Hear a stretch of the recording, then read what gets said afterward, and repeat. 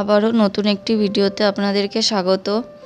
পুঁইশাক আমাদের শরীরের প্রচুর উপকার করে, সেটা কি আপনারা জানেন? পুঁইশাকে থাকে ভিটামিন সি, ত্বকের রোগ জীবাণু দূর করে।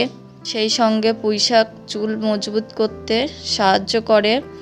পুঁইশাক খেলে প্রচুর পরিমাণে ফাইবার থাকে, যা ক্যান্সার প্রতিরোধ করে। তবে রান্না করলে এই উপকারগুলো অবশ্যই পাবেন, তার জন্য ভিডিওটি প্রথম থেকে শেষ অবধি অবশ্যই দেখবেন। ভাজা হয়ে গেছে, এবার চিংড়িগুলো তুলে নেব।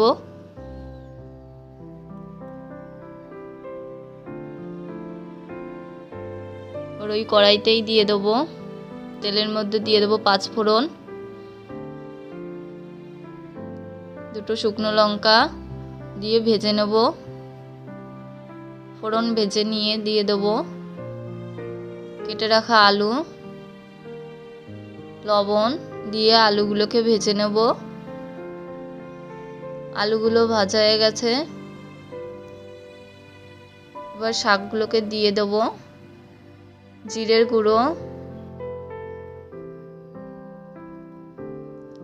হলুদ দিয়ে ভালো করে একটু নাড়িয়ে নেব। চিংড়ি মাছগুলোকে দিয়ে দেব, দিয়ে ঢাকা দিয়ে রেখে দেব কিছুক্ষণ।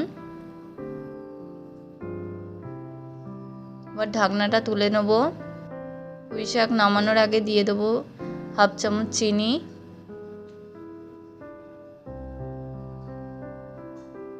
ভালো করে পুঁইশাকটাকে ঘেটে দেব।